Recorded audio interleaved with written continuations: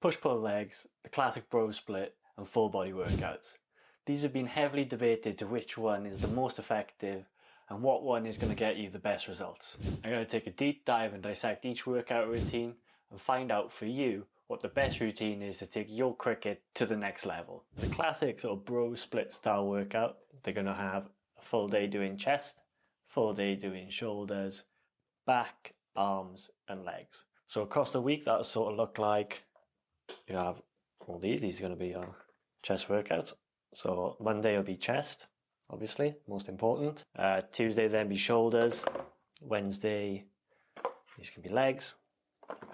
Thursday, back and arms. On Friday, obviously, people want to get that sick pump for the weekend. This is great when you've got nothing else on. So, maybe for the off season or something when you've got no other training. But it obviously does have its issues in terms of you can't do anything else in the week. You're going to be training 5 days. So when you start to have games or pre-season, you're going to run into a couple of problems, with one being you're going to have a lot of fatigue. So this may be not the best solution for your training. Before we go into what I think is best for cricket players, we're going to have a look at push-pull legs. So that'll look like on one day you'll do all your pushing movements, one day you'll do all your pulling movements, and then on the third day you do all your leg movements. For our push day, we'd split it up into two motions. So it'd be a horizontal push, which is something like this. Some of these, or variation of that with the incline, or you can use dumbbells or whatever. And then we'd have the vertical pushing motion, which would be some of these. For the pull day, we'll do our horizontal pulling, some of these, and these, and our vertical pulling, some of these,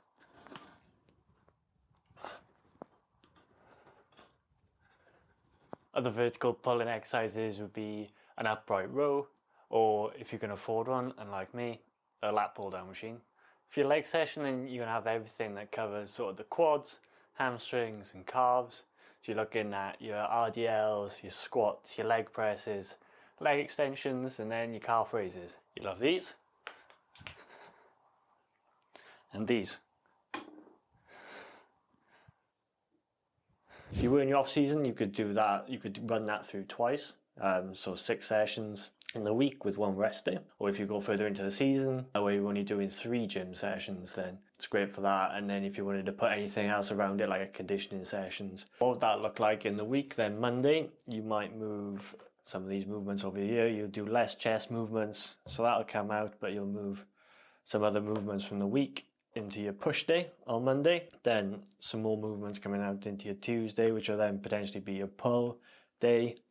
So this will come out over here, and then we lose some of these, lose a bit of volume, but still covering all the areas with the exercises. Legs will stay the same. So this could look like this, where you do like Monday, Tuesday, Wednesday, and then if you had your match on Saturday, you could have 2 rest days, and then that should be enough rest in terms of getting rid of any fatigue for the game day Saturday, day off on Sunday, repeat. For pre-season then that could look like you could split these up. You could move your legs, I don't know, later in the, move them to say a Friday. You wouldn't have your match. So then you could throw in a conditioning session between these or whatever you want.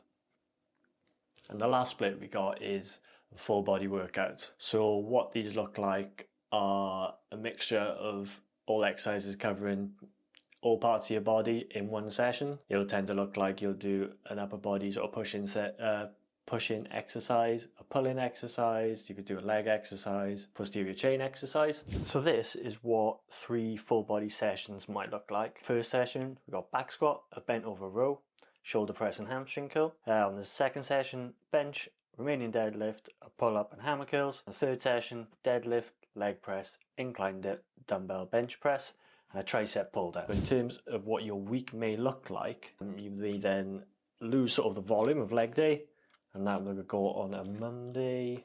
So you'd have everything there in your Monday session. This will come in again then on your Tuesday session, for instance, leg exercise again.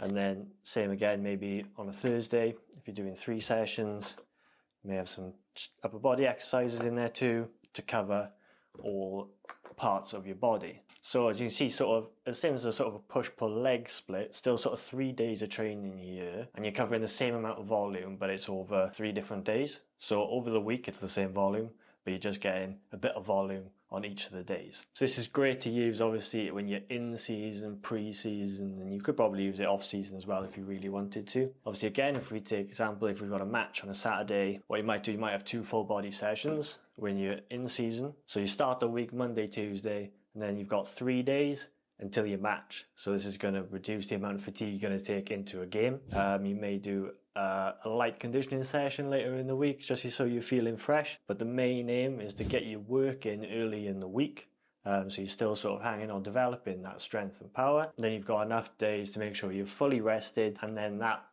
fatigue is not affecting your performance. So if you look at the equation of your performance is your fitness minus your fatigue. So the aim when we're in season is to limit that fatigue when I take into the game, but still manage to sort of get a bit of work in early in the week.